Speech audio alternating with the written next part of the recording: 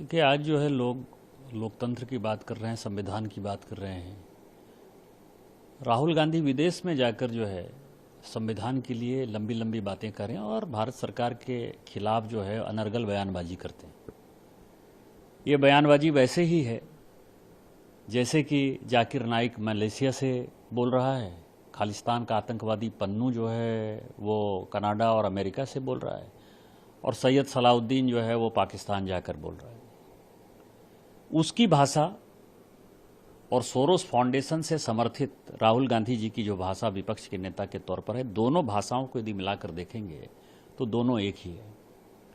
लेकिन मेरा कांग्रेस से सवाल है कि आप जिस संविधान की दुहाई दे रहे हो, 1975 में राजमाता सिंधिया जो बीजेपी की संस्थापक सदस्य थी, ग्वालियर राजघराने की महारानी थी, और मुझे लगता है कि आज भी ग्वालियर में जो है महारानी सिंधिया के बारे में जो है सभी लोग अच्छा ही बोलते हैं। मतलब वो लगातार जब चुनाव, इवन जब लोकतंत्र आ गया और चुनाव लड़ती रही, तो कोई चुनाव ऐसा नहीं है कि राजमाता सिंधिया चुनाव आ रही है।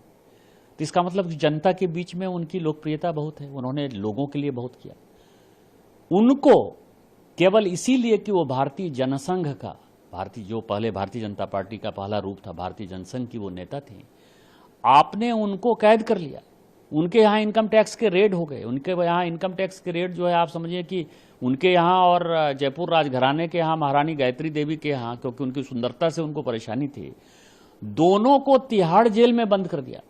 और कहाँ फांसी की कोठी है जहाँ की बाथरूम की भी सुविधा नहीं है। आप महिला की बात करते हो, महिला अधिकार की बात करते हो। दो सभ्य महिलाएं जो कि एक ग्वालियर राजघराने की महारानी थी, भारतीय जनता पार्टी की बड़ी नेता थी, दूसरी गायत्री देवी थी जिनके पति बड़े थे, जिनके बेटे कर्नल भवानी सिंह जो है वो महावीर चक्र मिला था उनको, सैनिक थे। आपने उनको फांसी की कोठी में तिहाड़ जेल में बंद कर दिया जहां की बाथरूम तक की सुविधा नहीं थी। इतना ही नहीं, आज वांगचुक की बात कर रहे हो, बड़ा हल्ला हंगामा हो रहा है, इन्वेस्टिगेशन चल रहा है, इतने लोग हत्या में मारे गए लद्दाख में। आपको पता है वांगचुक ने क्या कहा था कि 30 साल से जो है हम एक ही चीज डिमांड करते थे कि हमको जो है यूनियन टेरिटरी का दर्जा दे दीजिए। यूनियन टेरिटरी का दर्जा दे दिया गया तो किस विदेशी ताकत के साथ मिलकर अब जो है वो कहते हैं कि राज्य दे दीजिए। मतलब एक नई बात, 30 साल में किसी ने, कांग्रेस ने कुछ नहीं किया।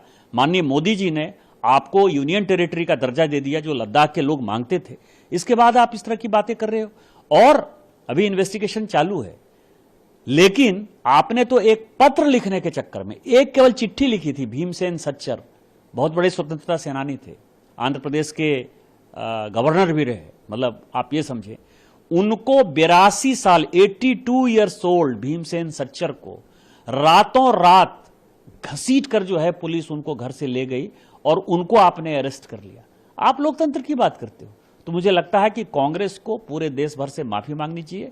और मेरा भारत सरकार से डिमांड ये है कि राहुल गांधी जी चूंकि डिप्लोमेटिक पासपोर्ट का यूज करते हैं, राजनयिक पासपोर्ट का यूज करते हैं, उसके एक नियम है। हम जहां जाते हैं, मैं खुद से 2009 से जब मैं सांसद हूं, कोई करता है नहीं करता है मुझे नहीं पता, लेकिन मेरी जो अथॉरिटी है, मैं पॉलिटिकल क्लियरेंस एमईए से लेता हूं जब मैं प्राइवेट दौरे पर भी जाता हूं।